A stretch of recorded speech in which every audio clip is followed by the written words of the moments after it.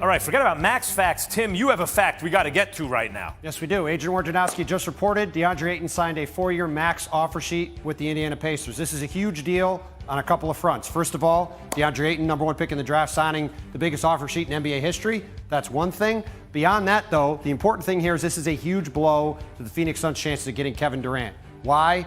Because Deandre Ayton signing an offer sheet with the Indiana Pacers means he can't be included in a sign and trade. He can't bring back stuff to the Suns in a potential sign and trade, and he can't be traded at all, even if they match it, until January 15th. Well, Malika and the crew, she just teased, they're going to be talking about who's more likely to be where. And you're saying, Tim Bontemps, that based on Adrian Wojnarowski's tweet just now, in like the last 60 seconds or whatever it was, the KD to Phoenix idea is all but dead. I wouldn't say it's all but dead, because especially we're in the NBA, anything can happen, but this hurts their chances because this takes a piece off the board, right? And for a Suns team who's already trying to come up with enough to get a Kevin Durant trade over the line, this is one piece they now can't use to either send to Brooklyn or send somewhere else. So it significantly decreases what they're able to offer. And you think he's going to wind up back in Brooklyn anyway, right, KD? I thought going into this moment, I thought Kevin Durant was most likely going to be back with the Nets, and I think this... It's not hyperbole to say everyone on the planet Earth who can play in the NBA is playing in the NBA. There's 7.5 billion people in the world. The NBA, it's fun. It's not dangerous. You get to be a superstar, idolized by millions, and make millions more, right? Like, who wouldn't want to do that if they could? 400 get there out of 7.5 billion people. One of them is the best. That's KD. KD, your legacy will be, yes, you have a legacy. Most of us don't really. You do. And the standards are a little bit different. And with player empowerment, guys, nowadays, we judge the GOATs, right, of our time, the greatest of all time, or at least of our time. Not just as players, but how are they as GMs if they're not in the great situation? How are they as coaches, at least creating atmospheres and environments that are conducive to winning, right? I believe KD is the greatest complementary player of all time. In other words, any starting five I'd ever make, I find a spot for KD on it. He makes any team ever better. But when you talk about the center of a championship team, like, KD should be in the GOAT conversation. He should be there with Jordan and LeBron. He's not. He's not. When you talk about being the centerpiece of a championship team, that's the gravitational force for others. Michael Jordan, LeBron James, Steph Curry, Larry Bird got to a team. The Celtics won 20 games, 60 games when he should. That is what I'm talking about. That has not been KD in his career. I love the fact that he's an original. He is an original. The world is more interesting with him in it, and I'm glad about that. But he's not in the GOAT conversation, and what I said is the reason why. Am I right or wrong? Jacoby, I'll start with you. Couple things. He's not the best player on the planet. That's Giannis Antetokounmpo. I would definitely put Giannis over KD. He's the second best player. So of the 7 billion people playing basketball, because he's been hurt, he would be number 2. And I would say that he was definitely the centerpiece of those championship Warriors team. He was the Finals MVP. He was the centerpiece of those teams. No, he was added as an incredibly powerful complementary piece that was better than the centerpiece. But he was added. The team was not built around him. The team was built around Steph, and he was added. I think there's a difference there, no? No, I don't. When you watch those finals games, Kevin Durant was the best player on the court. Yeah. He was the best player. He was the centerpiece of that team. Yeah. Tim, am I crazy? Do you understand the difference I'm making here? The distinction? Well, first of all, I couldn't tell you were gone for 2 weeks because that was like a 7-minute soliloquy. I know. On Kevin Durant. Well done. First of all, it's great to see you. Yeah. Second of all, as far as this whole legacy conversation, I just really don't have time for it. Like, Kevin Durant's going to be one of the 10 best players of all time when his career is done. 10 or 12, whatever you want to say, 10, 12, whatever. You think there's no difference between 10 and 12 and argument for one? You can be the greatest player. Why shouldn't he be? He's 7 feet tall. He shoots from anywhere. He's got great handles. He's a great teammate. He was a great defender before the Achilles. Why shouldn't he be number one? He's not even in the conversation for number one. Why is that? That's not important. I'm saying you can argue greatness to degrees. You can do that. But to me, like, he's one of the 10 or 12 greatest players of all time. I think if he had stayed in Oklahoma City, for example, longer, if they'd had better luck health-wise, they might have won a championship earlier. If Klay Thompson hadn't gone berserk in Game 6, in the game I was at in 2016, they win the championship that season. There's so many little things that happen along the way that can shift these things in different directions. But this is the universe we do live in. And in this universe, no one's arguing KD's the GOAT. It's not happening. And what I'm saying is the reason why. But why do we always ask for more from Kevin Durant? Like, do you remember when he gets to the Warriors, he gets criticized? Oh, and then he wins a couple championships. Well, he kind of did it because he joined the Warriors, and then he's got to do it on his own. Why are we always looking at Kevin Durant and saying, yeah, but? Why are we always doing that instead of looking at Kevin Durant and saying, that is one of the best basketball players to ever shoot a basketball in the history of our LeBron James is the best species? player of Kevin Durant's generation, right? So Kevin Durant wasn't going to be the greatest player of all time because he's not as great as LeBron James. Right. Well, why not? But why are we always What's asking the difference? for more from him? Hold on. What's the difference? The difference is LeBron, wherever he went, they go to the finals. And that hasn't been the case with KD. He got knocked out in the first round, and Kyrie was his teammate, got KO'd in the first round this year. Why is that? I'm not... Well, this year it was because he chose to team up with Kyrie Irving, and their team was a disaster as a result. I mean, that you could argue that he should have chose not to team up with Kyrie, but I mean, look, I mean, again, like he's the second best player of his generation. Like he's not the best player of all time.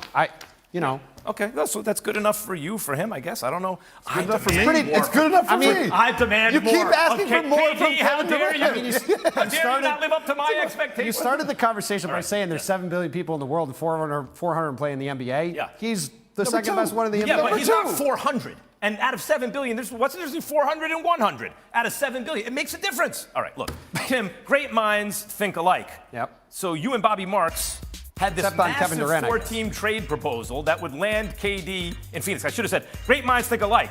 And you and Bobby Marks also have, this is KD in Phoenix, right? Why does this make sense to you, this trade? I mean, it makes sense because everybody gets a little bit of what they want. The Nets get a chance to start over with a franchise player in Donovan Mitchell. Mikal Bridges is the best 3-and-D wing player in the league. And they get Miles Turner, a very good center. Suns get Kevin Durant. Pacers get Deandre Ayton, pair him with Ben Mathurin, their first-round pick this year, and Tyrese Halliburton. And the Jazz get $1 billion draft picks and get a chance to start over and move on from the Donovan Mitchell era and go after Victor Wembanyama in the draft. That's why it makes sense for everybody involved. However, I think your Knicks are going to get Donovan Mitchell, so I don't think this is going to happen. That trade does not make sense to me. If I'm Sean Marks and the Brooklyn Nets, I'm not trading Kevin Durant for 3 very good basketball players, but they're not Kevin Durant. Kevin Durant is the second best basketball player on the planet. I'm not trading $3 or 3 quarters for $1. Or not even, but see, actually in the NBA, you're not supposed to trade 4 quarters for $1. In other words, when this is what Dr. Jerry Buss, the greatest owner in the history of American team sports, the late great Dr. Jerry Buss, told Kobe when he wanted to go to the Clippers. He said, Kobe, you're a 5-carat diamond. I'm not trading you for 5 1-carat diamonds. The history of the NBA has been team that gets the best player wins the deal. Well, obviously the team that gets Kevin Durant's going to win this deal, so the Nets have to go into this realizing they're going to lose this deal, right? Don't make it. That's not. It's one way to go. Don't make it. I mean, look, I think this is a way for the Nets to get out of this situation as well as they possibly could. To your point, if you're trading Kevin Durant, you're not getting equal value back for Kevin Durant. It's not possible. So don't do it. Well, that's one way to go. You also are looking at a situation where things could get pretty awfully ugly if you go that route, in theory.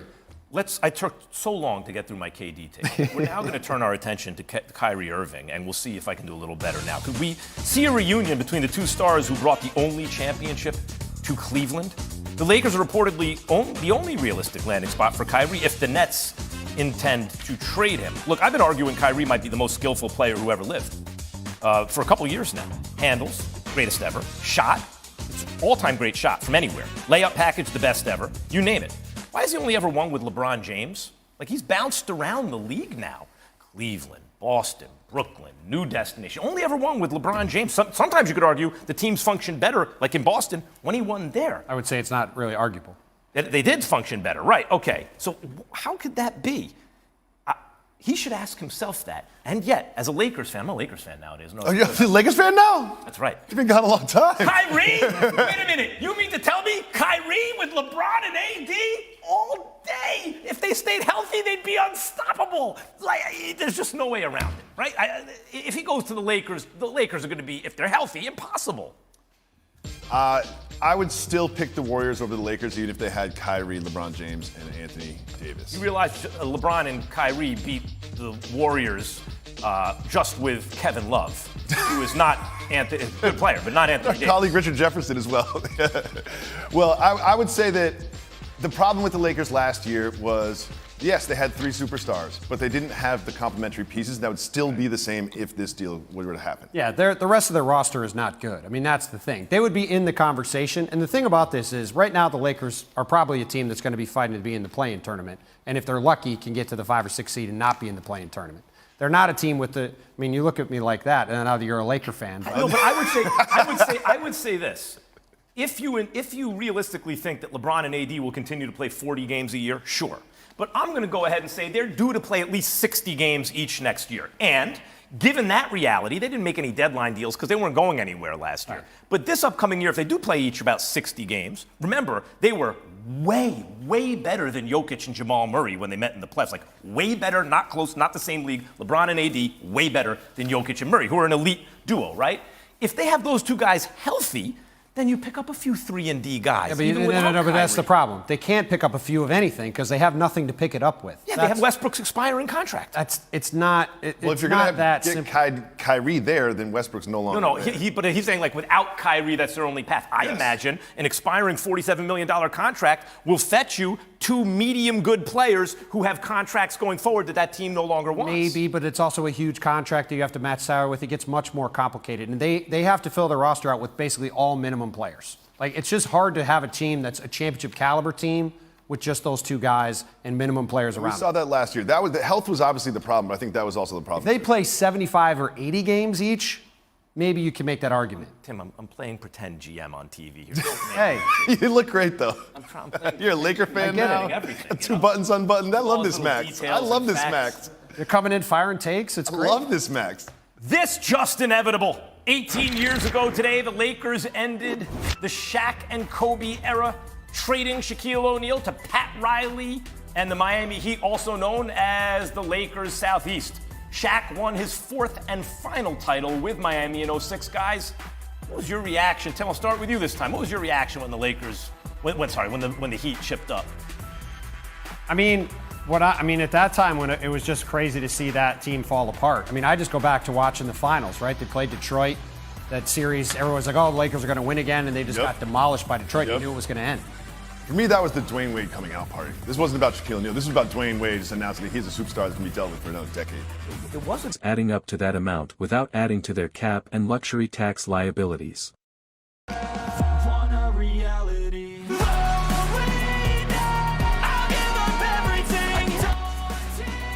There is no secret that Kevin Durant is on the trading block after the superstar forward requested a trade following a season filled with never-ending drama and controversy. Much of that goes down to Kyrie Irving's refusal to get vaccinated, whatever his reason might be. As a result, what was supposed to be a title contender for years to come has achieved nothing and will be on the brink of a massive blowout.